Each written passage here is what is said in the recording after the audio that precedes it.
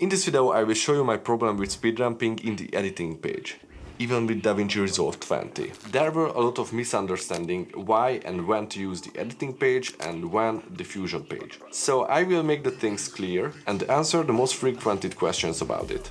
You can see some of my works here, and at the end of the video I have a big surprise for you. Touch my Steve, niggas around there wanna disagree when it's clear that I'm speaking facts. Man like me, you know I'm proactive, never gonna stop till I see the big man's on flats. Hop on the front door, it's like midnight.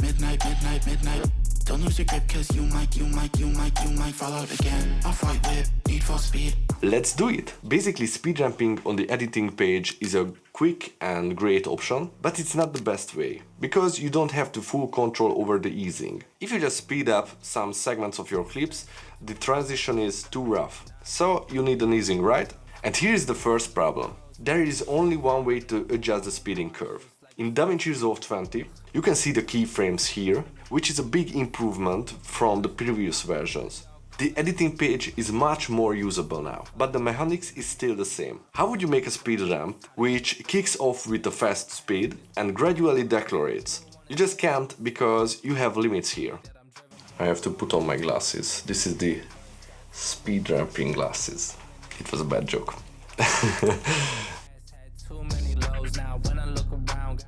So this is our clip. If you press Command plus R, then at the speed point and grab this one, like this. And if you go up, here is the keyframes options, and you can see 400, then the 100%. And between the two, I can make an easing with this button. You can adjust the easing between the two. But as you can see, it's not going through the whole clip. But I wanted to see a full speed ramp across all the clip duration. I can go with another shape with the speed ramp, like this one, from starting really fast and gradually slowing down.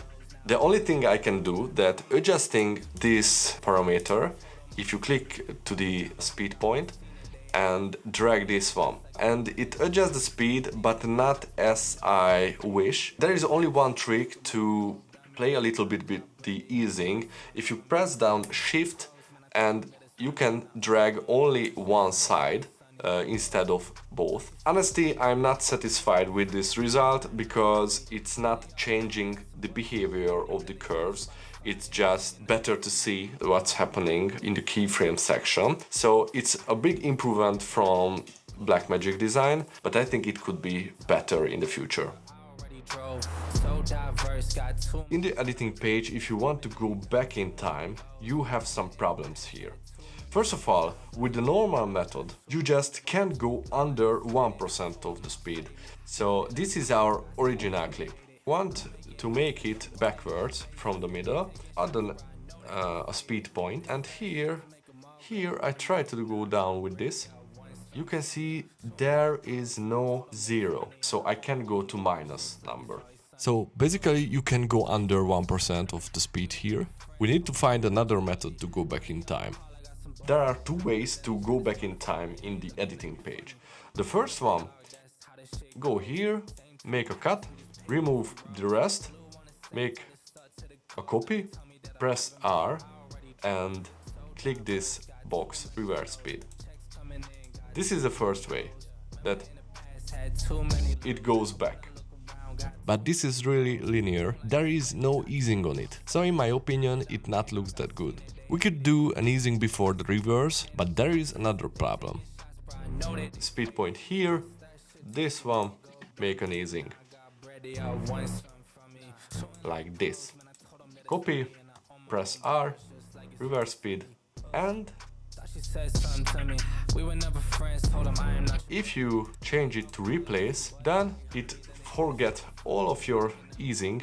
Basically, you can't ease if you want to use a revert clip. There are other workarounds, but it makes this process so much difficult. Let's see the another way. The another way, if you click here and click to rewind, for example 100%, adjust this one, and you can see it's under the zero, so it's minus 100%. If you select these two frames, you can make an easing, and by holding down command, then you can adjust it at the same time. So basically it's really difficult to make a boomerang effect like this. Maybe I'm just not the most talented person in the world, but for me it's not that easy to use. If I want to make a boomerang effect in Fusion page, it's that simple. For example, I need a quick boomerang effect. I drag this one to the middle. This is the last frame of the clip, and around 40 I go down to 0, select all the keyframes and press S, and go up with these keyframes, and you can see the beginning is here.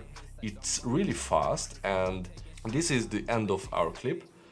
And it slows down and turns back in time and arrives to the beginning. So it's a really simple boomerang effect. It's so much easier to do in the Fusion page. If you once know the basics, it's that simple. So you have to use the rewind, but for me it's not so practical. It's so confusing and not working properly sometimes. The keyframe forgets the easing if you pull it too close, like this.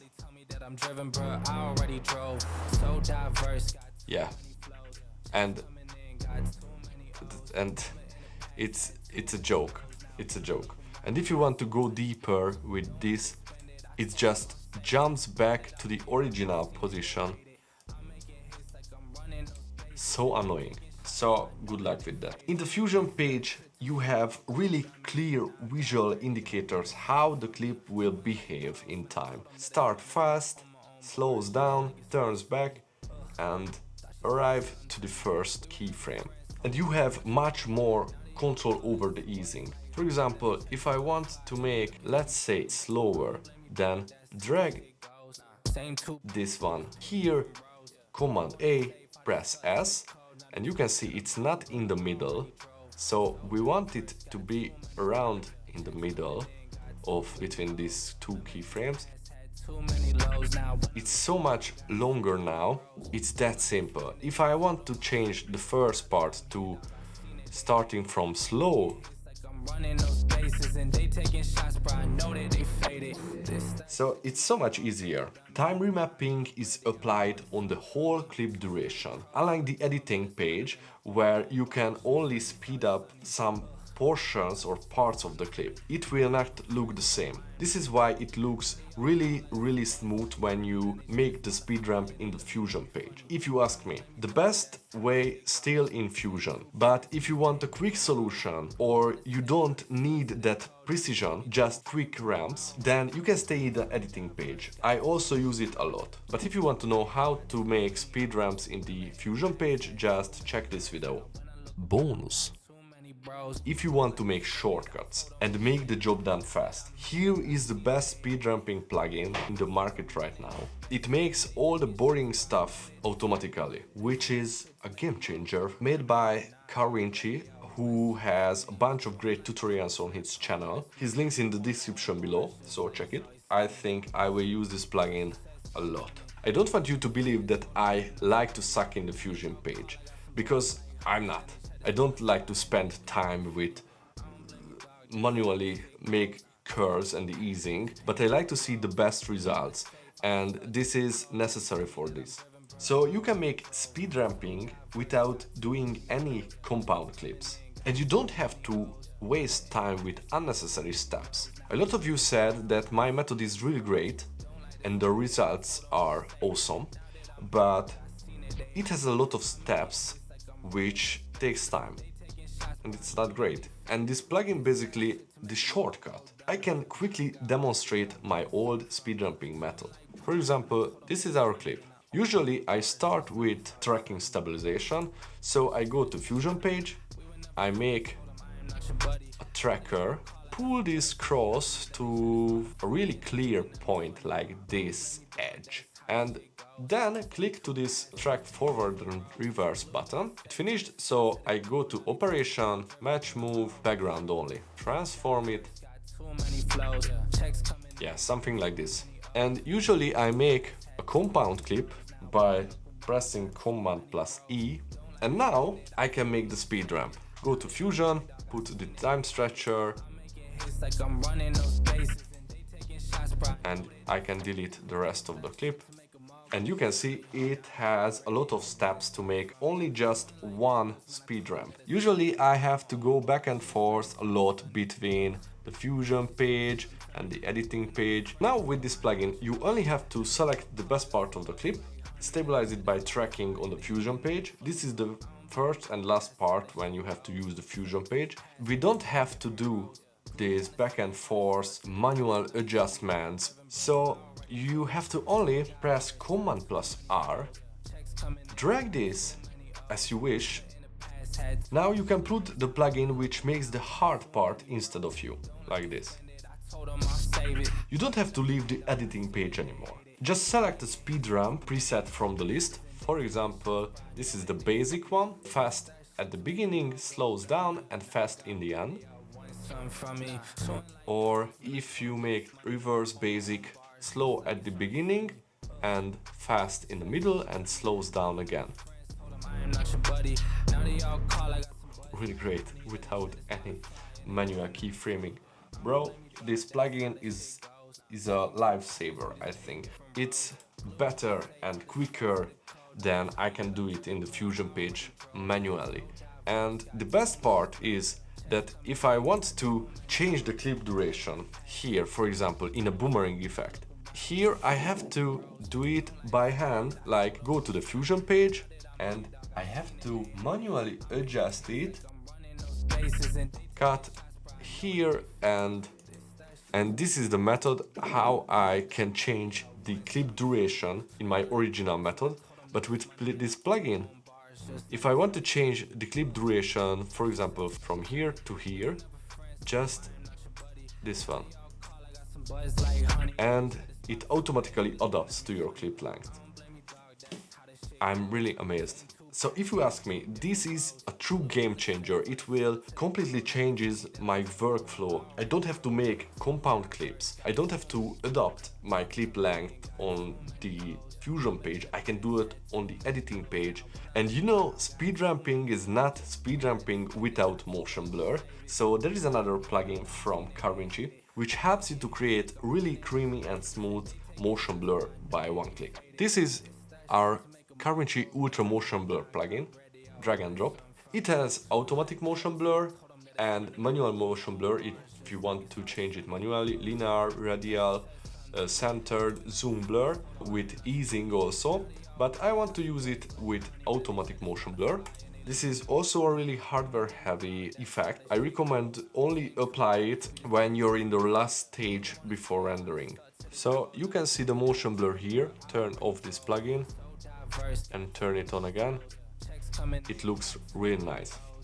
And last but not least, there is a transition plugin too, which finally works like an adjustment layer and not just only between the clips. There are a lot of problems when you just put the transitions between the clips. For example, what is it? Cross dissolve. Oh, and it's not working because my clip is not long enough here at the first part. That's why I really like the generator-based effects and transitions instead of the normal transition one. Let's see the transitions plugin. I put the generator one here, adjust the length, something like this. You can see the glow transition and it makes all the fancy glow here. Directional blur, lens distortion, looks really nice.